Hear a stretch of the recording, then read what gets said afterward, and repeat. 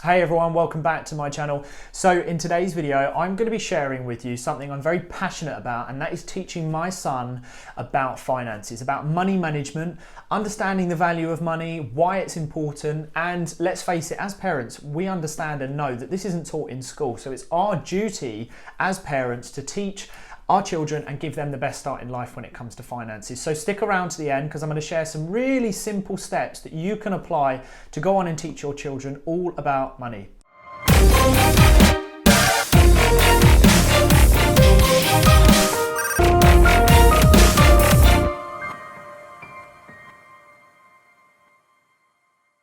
So let's start with the obvious. We are still not teaching in 2021 children and teenagers about money in school. It's just ludicrous, it's insane, but it is what it is. So it is our duty to go on and teach our children about money. And to be honest with you, if you are someone who enjoys money management and investing, it can actually be quite enjoyable and a good task for you and your children to do together. So where do you start? Is it overwhelming? Aaron, how many times have I got to do this a week? Or where do I start? Well, let me go through some simple steps which you can follow and which I do with my son, and it's worked very well for him to now have a good understanding of what I do, why I do it, why I go off to work and earn money and everything like that, and he has a good understanding. So let's start with the foundation. Why do mummy and daddy go off to work? Why do we need to have a roof over our head? Where does the food come? From? How are we paying for it? Everyday expenses, stuff like that. Start with the foundation. Get them to understand that you exchange time, or whatever you're doing as an entrepreneur or employee or whatever it is. Get them to understand that your time is in exchange for that money coming in and everyday expenses. That's the basics. After that, get them to understand the importance about savings, and a couple of things you can do here to sort of get them into the habit of wanting to save is if you have a bank account, say for your child, or whatever it is you have set up for your children. Perhaps if you don't, I would suggest setting up a savings account and start putting money into there. Is every birthday and Christmas when your children receive money is to set a goal to your child and say, okay, you've received £50. What I will do is every time you get £100 in your savings account, mum and dad will top that up by £20. So you get them in the habit of looking to save and hit a target with their own money, and then you get to top up that money when they hit that target. That then gets in the habit of role playing, almost putting your money in a bank, saving it and getting that little bit of interest. Although yes, we all know that there's no interest at the moment being earned, but it's the process and getting them in the habit of starting with saving, which is the important part. Something else that I do is I would then start setting a target of lending out that money. So I would say to my son, okay, you have this in your bank account at the moment. What if you were to lend daddy some money? Daddy will use your money to go and make some more money. I'll give you your money back and with a little bit extra on top. I don't really take the money out of that bank account, but I will mention that I'll say that I've taken that money out, and then what I'll do is I'll take it maybe for 2 weeks. Well, take it for 2 weeks, and then I'll give him a little bit more. So he gets used to lending his money out, explaining what daddy's going to be using it for, and then that money goes back in with some interest. So they get used to lending that out. They understand patience, and that's the important thing is teaching them that patience is key. So there's a great test which you can do on your child, and this is all over YouTube and you can look it up. It's called the marshmallow test. Is where a child will be sat down on a table like this, a plate is brought in by an adult with one marshmallow, and then said to the child is, you can have one marshmallow right now, you can eat it, and it's just one.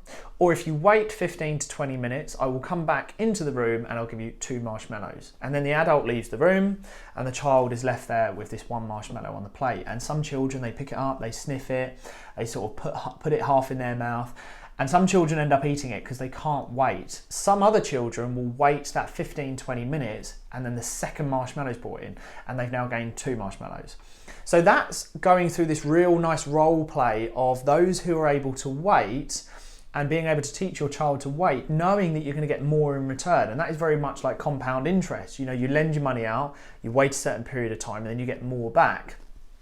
Others can't wait, but it's just that's a habit. You know, some children who don't wait, you can teach them and role play that several times until they're willing to wait and go, oh, actually, I would like the other one. You know, I would like 2 rather than 1. So that's a great test, is the marshmallow test.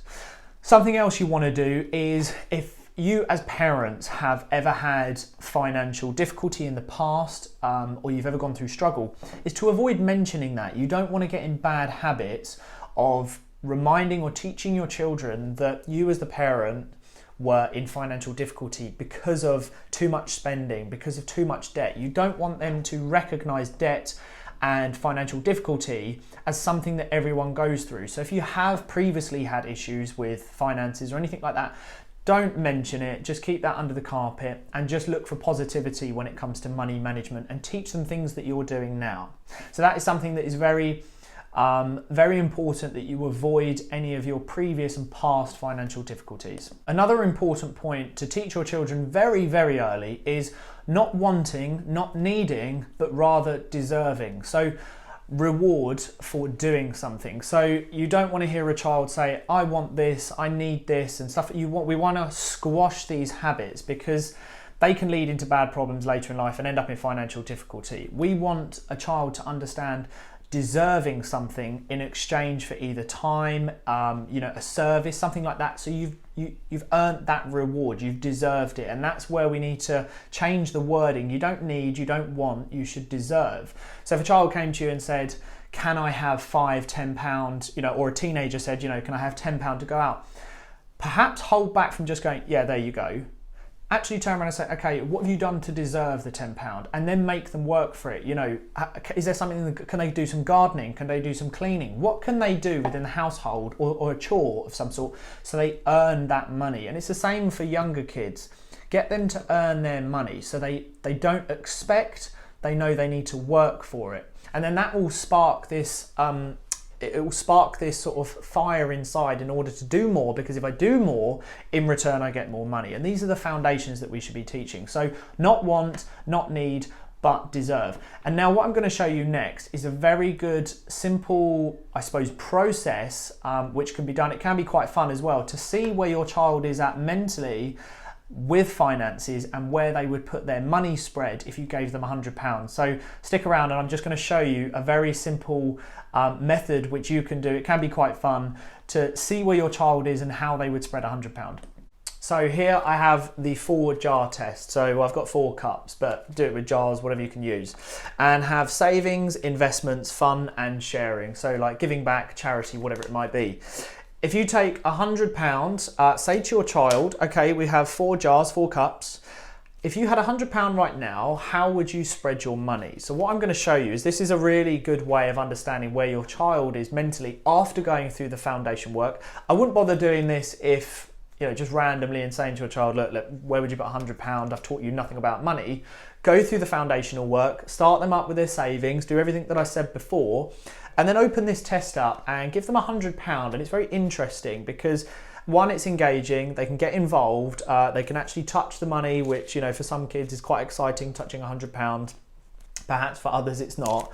But what we have here is we can do a really simple test. So I'm going to show you the exact spread that my son would do, which is if he had savings, it would be £30 into savings. He chose £40 to go into investments. He chose £20 for fun. And he chose £10 for sharing, a charity, giving back, whatever it might be. And we try and teach our son about giving back when and where possible.